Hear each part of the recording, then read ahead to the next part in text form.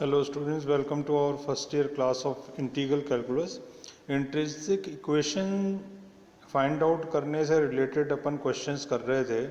Chapter चल रहा था अपना रेक्टिफिकेशन वाला, चाप कलन वाला। तो उस पे बेस्ड मैंने 3-4 एग्जांपल्स पहले आपको सॉल्व करवाए थे पिछले टर्न पर। आज अपन जो है इस चैप्टर को ऑलमोस्ट वाइंड अप करेंगे, क्योंकि जितने क्वेश्चंस मैं सोचता था तुम्हारे लिए इम्पोर्टेंट है वो मैंने बता दिए हैं। अभी ये 2 क्वेश्चंस और करेंगे, थोड़े ट्रिकी हैं क्वेश्चंस, इसलिए इनको अपन कर लेते हैं। सॉरी। इसके बाद आप इस चैप्टर को बार बार जो है तैयार करें ठीक से, और जो क्वेश्चंस आप कर पाएँ जो यूनिवर्सिटी में आए हुए हैं पहले अनसॉल्व वाले, वो सारे आप देखते चलें क्वेश्चंस, और उसके बाद अपन अगले टर्न पे शायद नया चैप्टर स्टार्ट करेंगे। तो अभी देखें, ये वाला एक क्वेश्चन है आपके सामने। Taking pole as the fix point find the intrinsic equation of the cardioid this. तो आपको करना क्या है, पोल को फिक्स पॉइंट मानना है ना। जैसे कार्डियोइड अपन बनाते थे, कौन सा बनता था, ये वाला कार्डियोइड, या तो ये बने ऐसा वाला, या फिर जो है इस तरफ से ये वाला कार्डियोइड। जो भी कार्डियोइड अपन को लेना है वो अपन ले लेंगे according to the equation, but this is the pole. ये जो पॉइंट है बीच वाला, ये पोल है, इसको फिक्स पॉइंट मानना है अपने को, ठीक है।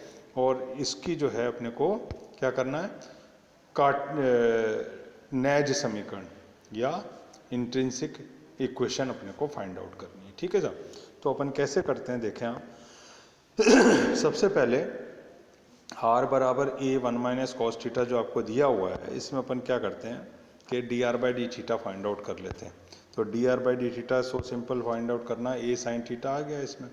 फिर tan phi is equal to होता है r D theta by D R. ये फॉर्मूला आपने देखा होगा, मैक्सिमम जगह जो है अप्लाई हुआ है, ये इस वाले चैप्टर में भी हुआ है और पिछले चैप्टर्स में भी कई जगह। tan phi is equal to r D theta by D R, ये फॉर्मूला जिस समय मैंने आपको स्टार्ट कराया था डिफरेंशियल कैलकुलस, उस समय इस फॉर्मूले के बारे में पूरा डिस्कशन हो चुका था। तो इस फॉर्मूले को बार बार यूज़ में ले रहे हैं हम लोग, इस बात का आप ध्यान देखें।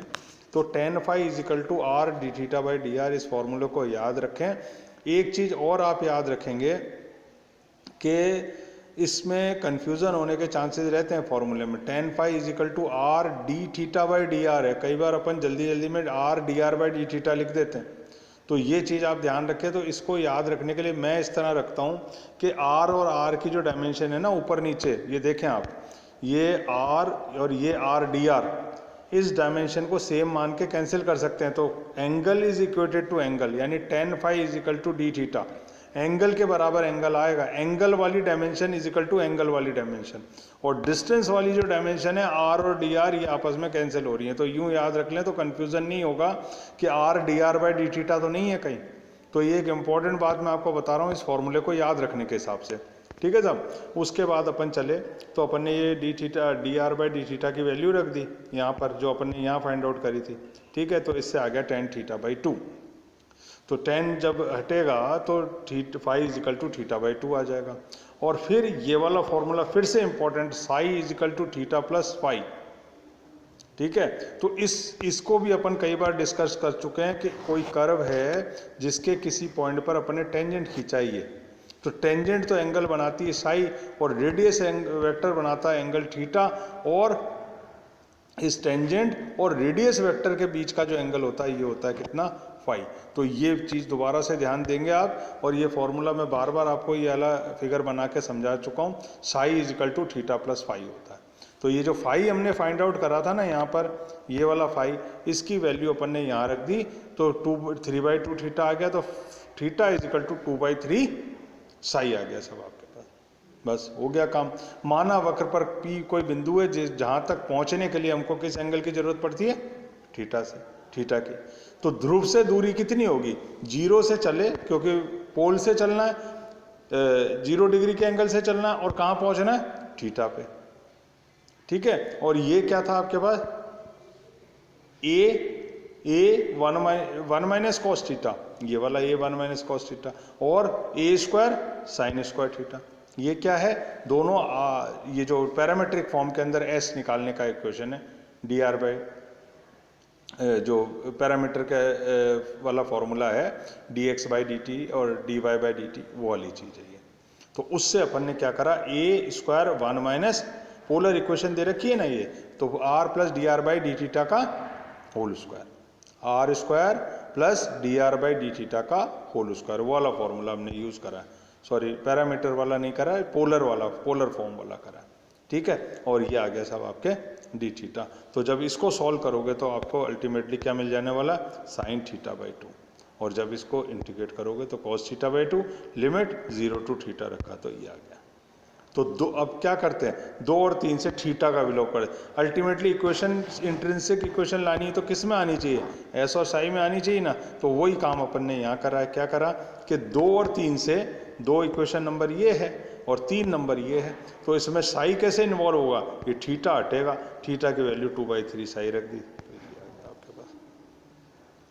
तो ये एक बड़ा अच्छा क्वेश्चन है इस सेंस में कि इसमें कई पुरानी चीजें आपको जो है काम में लेके चलना है। देखिए क्वेश्चन जो है थोड़ा सा ट्रिक वाला जो क्वेश्चन होता है ना, उसको अपन ये मान के चलते हैं कि ये एग्जाम में छोटे नंबर का आएगा, जिसमें काम तो करना पड़ेगा कम आपको, पर आपको आपका मेमोरी और थोड़ा सा एप्लीकेशन दोनों चाहिए होगा।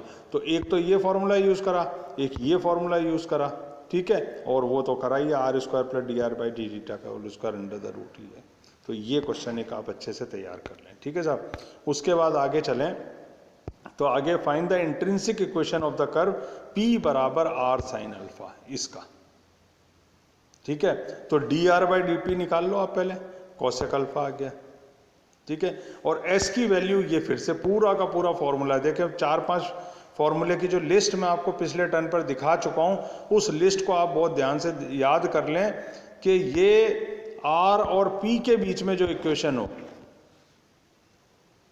पी क्या है, length of the perpendicular from origin to the tangent, ये पी होता है। तो आर और पी के बीच की जो इक्वेशन है, इसको जो है अपन ने पहले क्या करा, D R by D P निकाल लिया, और ये वाला फॉर्मूला है हमारे पास, ये रखते हमको मिल गया आर सेक अल्फा। अब ये क्वेश्चन फिर से क्यों ज्यादा इंपॉर्टेंट हो गया कि D S by D psi is equal to rho होता है, ये कर्वेचर का formula, D S by D psi is equal to rho, radius of curvature, और rho is equal to R D R by D P भी होता है, ठीक है। तो आर और D R by D P जो हमने निकाला था कॉसेक अल्फा यहां रख दिया। तो फिर से इस क्वेश्चन की ब्यूटी कहां रही, वो ब्यूटी ये रही, D S by D psi is equal to rho और rho is equal to R D R by D P, 2 फॉर्मूले इसमें लगातार इन्वॉल्व हुए हैं, किसके, डिफरेंशियल कैलकुलस के, और किस चैप्टर में से, कर्वेचर वाले चैप्टर में से। इसलिए ये क्वेश्चन इंपॉर्टेंट है, बहुत इंपॉर्टेंट है, अच्छा क्वेश्चन है, ठीक है। तो अपन ने क्या करा, इसको जो है यहां रख दिया। फिर 2 और 3 से क्या करेंगे, ये इक्वेशन नंबर 2 है तो आपके पास, और ये इक्वेशन नंबर 3 है। तो इसमें 1/s निकाल लो, इससे, इस वाली इक्वेशन से 1/s निकाल लिया, और ds बाई डी साई यहाँ पड़ा है, तो 1/s जो निकाला, ds बाई डी साई निकाला, इसको यहाँ मल्टीप्लाई कर लिया, तो इसी के राइट हैंड साइड मल्टीप्लाई करके क्या लिख दिया, आंसर आ गया कॉट अल्फा। अब आपके पास कॉम्पैक्ट हो गई इक्वेशन, ठीक है। तो क्या आ गया, ये ds बाई डी साई तो यहीं रह गया, और ds बाई ds रह गया, और डी साई यहाँ आ गया, ये आ गया कॉट अल्फा के साथ डी साई,